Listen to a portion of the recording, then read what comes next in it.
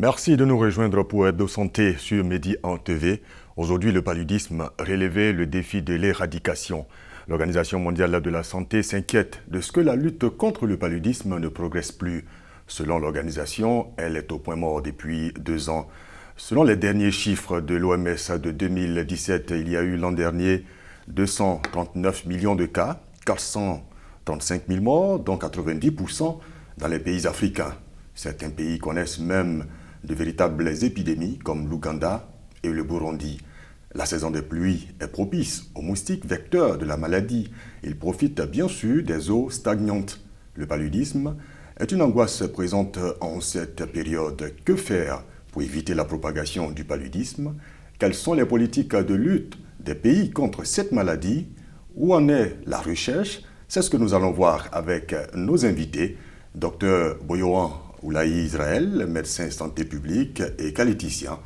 Merci, docteur. Merci. Docteur Abouongue San-Franklin, médecin infectiologue au CHU de Treichville. Merci, docteur. Merci. Nous allons tout de suite nous rendre au Niger, où la saison des pluies a démarré depuis le mois de juillet dernier. Et qui dit pluie, dit également moustique et donc paludisme. La maladie reste un véritable fléau au Niger, où il fait chaque année des milliers de victimes. Et cette fois encore, campagne et prévention de sensibilisation n'auront pas pu empêcher le rush de maladie dans les hôpitaux. L'état des lieux avec notre correspondant Jean-Djibril William. Les premières pluies se sont abattues sur Niamey comme sur l'ensemble du pays en ce mois d'août. Mais en cette période, les inondations ne sont pas le seul souci des populations. Avec les premières gouttes vient un fléau qui fait chaque année des milliers de morts. Au district sanitaire du Nouveau Marché, c'est une longue file de patients qui attendent le docteur ce matin. Ici, tous ou presque présentent les mêmes symptômes.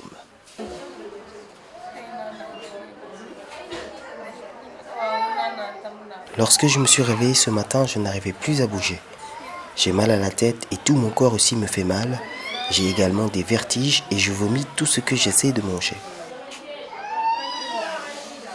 Le nombre de cas que nous avons observés a même triplé avec la saison des pluies. Toutes les couches sont concernées, et particulièrement les enfants de moins de 5 ans, compte tenu de leur défense immunitaire qui sont faibles par rapport aux adultes. Mais toutes les tranches sont concernées. La plupart des cas de fièvre qu'on observe aujourd'hui, après un test de dépistage rapide ou une goutte épaisse, on observe que ces tests-là de dépistage rapide ou les gouttes épaisses sont positifs. Et on les prend en charge comme cas de paludisme. Le coupable, lui, est bien connu. Le moustique est le principal vecteur de la maladie, première cause de mortalité au Niger. Entre campagnes de prévention ou de sensibilisation, les populations sont appelées à éviter sa piqûre. D'habitude, le paludisme, certes, il y a les mesures de prévention comme l'utilisation des moustiquaires ou la chimioprophylaxie comme le paludisme, notamment chez les enfants de moins de 5 ans ou chez la femme enceinte aussi. Mais il faut aussi véritablement assainir le milieu. Parce que le manque d'assainissement du milieu fait que en saison pluvieuse, donc les moustiques, on observe une prolifération importante de moustiques en saison pluvieuse compte tenu du fait que le milieu n'est pas assaini. Et donc tant qu'on n'aura pas un bon assainissement du milieu, on sera toujours confronté à beaucoup de cas de paludisme. Pas moins d'1 million de moustiquaires ont par ailleurs été distribués dans le cadre de la campagne de prévention initiée dans tout le pays. Cette dernière devra se poursuivre jusqu'au mois d'octobre, soit à la fin de la période de haute transmission que constituent les 4 mois de la saison des pluies. Alors messieurs, que pensez-vous de cette situation du paludisme au Niger et pensez-vous qu'elle est différente de celle de la Côte d'Ivoire? J'allais dire non, parce que le paludisme est défini comme une affection que nous connaissons tous, qui évolue dans certaines conditions précises, notamment le vecteur, qui évolue donc dans certaines conditions avec de l'eau stagnante et tout. Ce sont les mêmes conditions qui se retrouvent quel que soit le pays. Et donc le paludisme évolue de cette façon-là. Tu as dit en parlant du vecteur déjà. Maintenant, quant au risque où il y a l'exposition, ce sont les mêmes circonstances. Ce qui pourrait faire la différence entre ce pays et le nôtre, c'est peut-être ce sont les conditions de prise en charge médicale des personnes atteintes de paludisme. Mais là encore, les pays, le niveau de développement pas très éloigné, donc j'allais dire à la fin, c'est pas très loin. Docteur Abour? Je pense que mon confrère l'a déjà dit. Ce que je pourrais simplement ajouter sur la question, c'est que, évidemment, le Niger, que ce soit au Niger, que ce soit en Côte d'Ivoire, au Burundi, dans tous ces pays-là, il y a un nouveau facteur qui est venu s'ajouter en fait. Je vous expliquais qu'il y a 3 entités qu'il faut prendre en compte. Le vecteur, l'autre qui est l'homme, qui est l'homme, et puis l'environnement. Je sais qu'aujourd'hui on parle du réchauffement climatique, du dérèglement climatique. Au Niger, aujourd'hui on s'alarme parce que, bon, habituellement on était habitué à des saisons de pluie, peut-être je veux dire de façon limitée, on avait des délais assez courts, mais on va avec des délais qui sont plus longs, donc alors on sait que les pluies, ce climat-là est favorable à la pullulation donc, des moustiques qui sont donc le vecteur de cette maladie-là. Donc du coup, des personnes qui avaient leur paludisme qu'ils faisaient sur une courte période, ils se rendent compte que la période devient de plus en plus longue. Donc voilà un peu peut-être en termes de différence ce qu'on peut dire. Sauf qu'en Côte d'Ivoire, elle est endémique. C'est du 1er janvier au 31 décembre. Alors parmi les événements les plus inquiétants, nous pouvons citer le cas du Burundi. Selon les chiffres d'OCHA, le Bureau de coordination des affaires humanitaires de l'ONU, 5,7% de millions de Burundais sont aujourd'hui atteints du paludisme, soit la moitié de la population. Cela représente 2 fois le cas de chaque année à la même période. Alors, comment expliquez-vous, vous, en tant qu'infectiologue, bien sûr, la hausse du paludisme qui n'arrête pas? D'accord, ok. Alors, parlons du cas du Burundi. Il faut que je puisse revenir sur cette thématique des 3 entités. Le Burundi, c'est un pays qui est montagneux. Et à la faveur du dérèglement climatique, on parle du réchauffement climatique en fait, à la faveur de cet événement nouveau, les moustiques se trouvent maintenant en hauteur, en montagne. Alors que initialement, les moustiques ne se trouvent pas en montagne. Il y a une population qui habite en montagne. Et donc cette population-là, un individu qui est piqué régulièrement par les moustiques, il y a une immunité, il y a une défense relative que la personne a, qui permet donc de faire face à cette infection-là. Mais quand on est dépourvu de cette immunité, de cette défense-là, évidemment, on est sujet à développer ce paludisme. Donc, avec ce dérèglement climatique, avec ce changement climatique, ce réchauffement climatique, parce que c'est le terme approprié, ces moustiques-là, on les retrouve maintenant en hauteur. Donc, ces populations-là sont maintenant exposées, qui initialement n'étaient pas habituées à ces piqûres-là, considérant comme des sujets, des personnes neuves, des personnes qui sont nouveaux, qui n'ont pas un bon système de défense, donc fragiles. Voilà un des facteurs. Un autre des facteurs, c'est dû également aussi à la situation sociale. Vous savez qu'au Burundi, socio-économique, en fait, je peux dire, il y a peut-être les dirigeants en matière de politique, les gens se sont engagés dans la promotion de la riziculture. Et cette riziculture-là, qui est encouragée pour pouvoir faire face à l'autosuffisance alimentaire, donc ces rizicultures-là, ces endroits-là, ces mares-là deviennent donc des sanctuaires d'élevage de ces moustiques-là, en fait. Et si on n'a pas une politique en ce sens-là, évidemment, on expose encore sa population à développer beaucoup plus de paludisme. Voici un peu déjà des éléments que je pourrais dire. Mais pour terminer sur cette question, il y a également aussi l'action du politique, en fait, l'action des autorités sanitaires. Nous allons y revenir, docteur Abour, mais tout de suite, nous voulons nous replonger dans la prévention, qui demeure donc le meilleur moyen de lutte contre le paludisme. Comment faites-vous pour éviter de vous faire piquer par les moustiques qui transmettent bien sûr la maladie, suivant ce reportage? Pour éviter le palu, je dors souvent sous les moustiquaires. Chaque soir avant de dormir, je mets mon moustiquaire bien sur moi et je suis en bas pour me protéger contre les moustiques. J'assanis mon milieu immédiat, c'est-à-dire la maison, aux alentours et tout ça. Et puis de temps à autre, et pulvériser la maison. En tout cas, c'est une maladie qui me fait très peur. Vraiment, bon, c'est une maladie qui m'a beaucoup fatigué. Donc, je fais tout actuellement pour éviter. Moi, je pense qu'il faut vraiment mettre l'accent sur la salubrité. Et pour pouvoir lutter contre ça, il y a des jeunes aujourd'hui qui sont au chômage qu'on peut même engager avec des tickets. Ils passent devant les ateliers, Quand on était petit, à 13 villes, les gens qui passaient devant les cours pour faire ramasser les trucs et puis ils font payer une pénalité. D'autres moyens, bon, c'est les moustiquaires imprégnés. C'était ça qu'on utilisait, mais actuellement, bon, avec la chaleur et tout, on préfère rendre l'environnement propre, puis voilà, pour ne pas dormir sur les moustiquaires imprégnés. On dit maintenant le palu, ça tue. Donc je prends toutes mes précautions. Je ne garde pas l'eau sale, les assiettes sales, tout ça, je ne fais pas ça. Souvent, quand je me sens un peu fatigué, tu sais, le palu, ça commence à être, ton corps chauffe. Donc souvent, quand tu es là, ton corps chauffe, tu te dis, mais c'est pas palu qui veut me prendre. Donc du coup, tu as peur. Donc tu commences à faire attention maintenant à ton environnement et tout.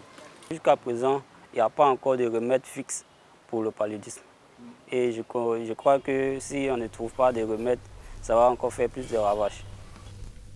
Docteur Oulaï, Oui. Alors, que pensez-vous de ces propos, de ces propositions, bien sûr, de nos populations? Pensez-vous que ce sont des mesures appropriées pour véritablement prévenir le paludisme? Je pense dans l'ensemble, on va dire oui, nous sommes quand même loin de l'époque où certaines personnes disaient c'est quand vous mangez beaucoup de locaux ou une nourriture avec de l'huile que vous faites du paludisme, c'est déjà pas mal. Je veux dire, si la population commence à se rendre compte que le paludisme est dû déjà à une piqûre de moustique, c'est bon à savoir. Maintenant, parlons des méthodes utilisées pour la prévention. Effectivement, il y a la moustiquaire imprégnée, il y a les grilles qu'on met aux fenêtres, il y a beaucoup de solutions. Mais tout ça va dans le sens de mettre une sorte de barrière entre le vecteur et l'autre. C'est déjà pas mal comme méthode, mais il faut aller plus loin. Justement, on sait que le gouvernement, beaucoup de pays, dont la Côte d'Ivoire, lancent des campagnes de distribution de moustiquaires imprégnés. Au Sénégal, on se rappelle, les moustiquaires ont été distribués conjointement avec la Gambie pour une population de 15 millions d'habitants. Est-ce que vous pensez que cette stratégie est efficace? Je vais être franc. Moi, je suis médecin santé publique, je suis qualiticien, donc développement durable. Pour moi, c'est déjà pas mal comme méthode. Je parlais tout à l'heure d'aller un peu plus loin. C'est-à-dire quoi? Le pourquoi du pourquoi. Chaque fois qu'on veut entreprendre une action, il faut se poser les vraies questions. La moustiquaire imprégnée, déjà, c'est bon, quoique la gratuité n'existe pas. Il y a toujours quelqu'un qui paye quelque part. Il y a une industrie qui fabrique des moustiquaires quelque part. Bon, suivez mon regard. Mais ce que je veux dire, c'est que le plus important, c'est déjà pas mal comme solution pour la population. Mais aller plus loin. Et qu'est-ce que ça veut dire aller plus loin? Ça veut dire, regardez. Je vais vous prendre un exemple simple. Vous regardez l'université d'Harvard a fait une étude sur le paludisme pour voir un peu. Ça peut surprendre, ils font beaucoup d'économies et tout ça. Mais ils ont regardé et ils ont pris la carte de répartition du paludisme dans le monde. Et ils ont pris la carte de pauvreté. Stupéfaction, superposable. Il y a un problème. Pourquoi aujourd'hui le paludisme en Chine, qui est devenu presque la première puissance économique mondiale, est en train de disparaître? Posons-nous de bonnes questions. À mon avis, il y a un problème plus sérieux que ça, que les moustiquaires imprégnés. Alors, justement, docteur Abo, vous pensez que les moustiquaires qu'on distribue effectivement aux populations sont utilisés? Pour être franc? D'accord. Parce qu'on a eu à dire que les populations les utilisent pour la pêche, pour... Voilà, vous dit pour être franc. Pour être franc. D'accord. Alors, je peux dire que ça, peut-être, c'est des statistiques qu'on doit avoir parce qu'en Côte d'Ivoire, on a un programme de lutte contre le paludisme. Donc, ils ont distribué des moustiquaires. Je pense que derrière, il y a une évaluation de l'utilisation des moustiquaires. Mais pour nous qui sommes cliniciens, qui voyons les patients au quotidien, qui touchons les patients, dans nos réalités, on se rend compte que beaucoup de patients utilisent soit mal les moustiquaires, ou soit n'utilisent pas les moustiquaires. Ça, c'est ce qu'on constate. Mais je serai plus à l'aise lorsque le PNLP va nous communiquer ces chiffres-là, en fait, en termes d'évaluation. Juste une anecdote, un cas réel, un fait. Une étude que j'ai avec, je salue au passage le docteur Assis Sergibris, une étude que on a réalisée à Beauville, d'efficacité, en fait, sur le paludisme. Un enfant qu'on suivait, à qui j'ai remis une moustiquaire, qui est venu pour un épisode de paludisme, on a remis une moustiquaire, tiens la moustiquaire, il a été traité, guéri.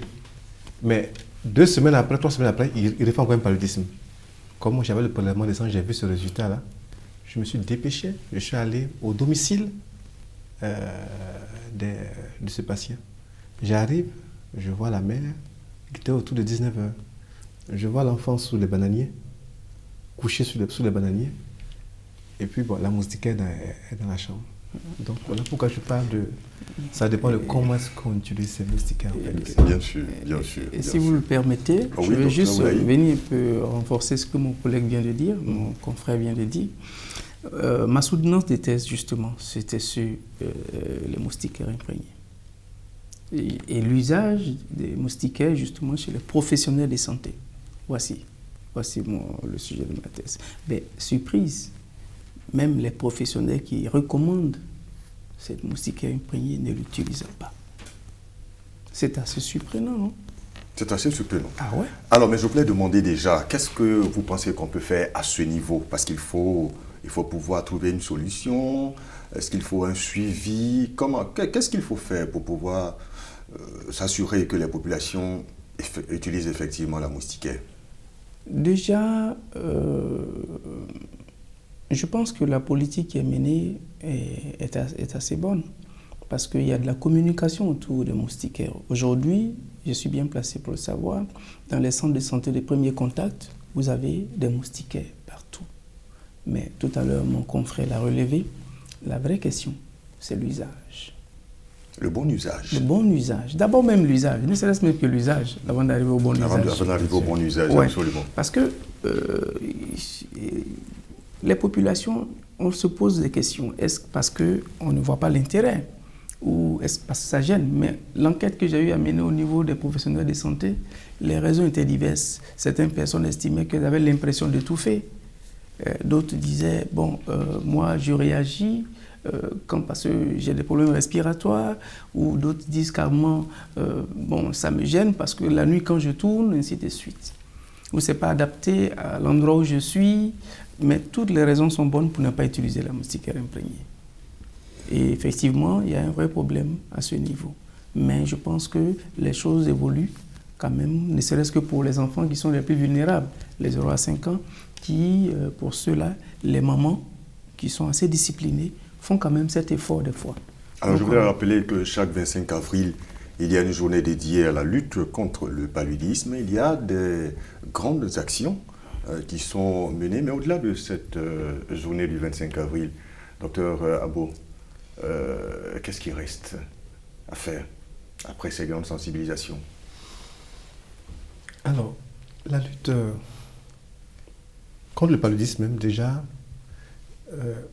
parlant de la Côte d'Ivoire, tourne autour d'une structure qui est chargée de coordonner cette lutte-là, en fait. Le programme national de lutte contre le paludisme, oui, avec à sa tête le docteur Tanomia,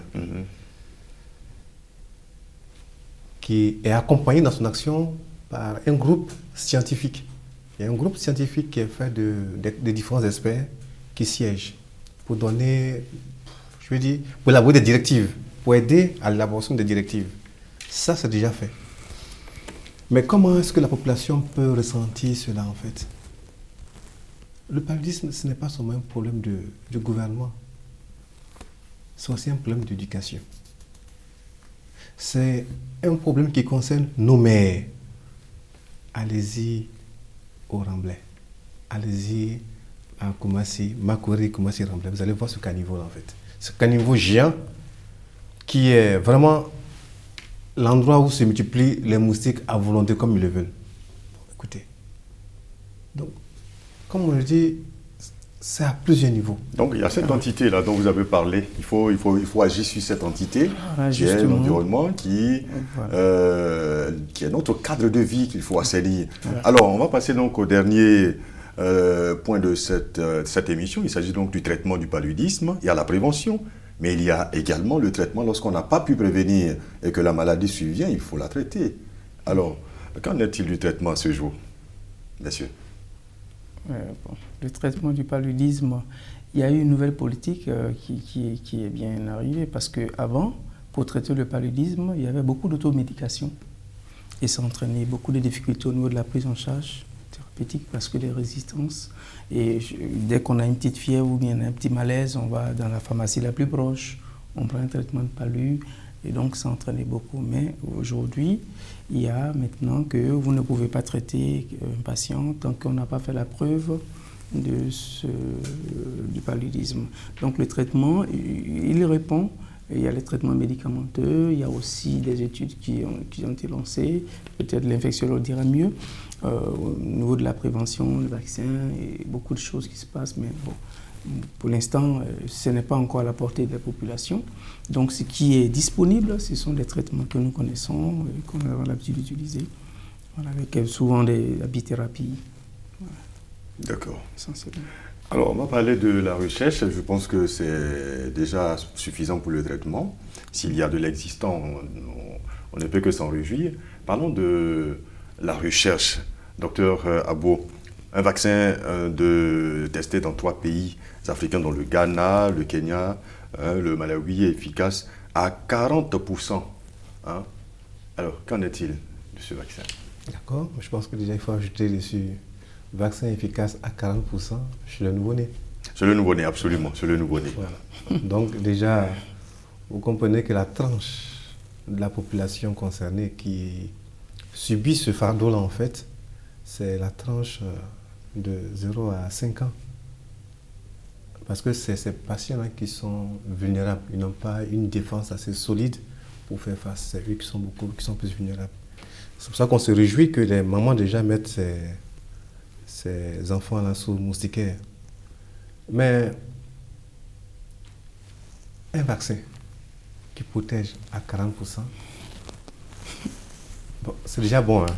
Je pense que c'est pas mal déjà. Je pense que lui qui est épidémiologiste, on sait qu'un vaccin en termes d'efficacité, dans les normes, il faut aller au-delà de 85%. Mais la recherche se poursuit. Ah oui, mais c'est déjà pas mal. Non, c'est une bonne initiative. J'ai dit pareil aussi pour la moustiquaire, on le disait tout à l'heure. C'est-à-dire, on peut toujours se poser des questions de savoir si ça suffit, mais c'est déjà bon. Voilà. C'est déjà bon.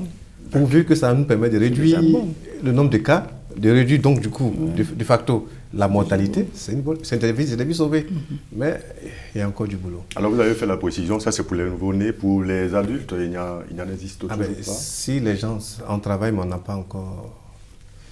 Pour le moment, on est au starting block. Et surtout, ce que j'aimerais dire, si vous le permettez, c'est que, vous voyez, c'est quand même assez surprenant. On ne peut pas recréer la roue.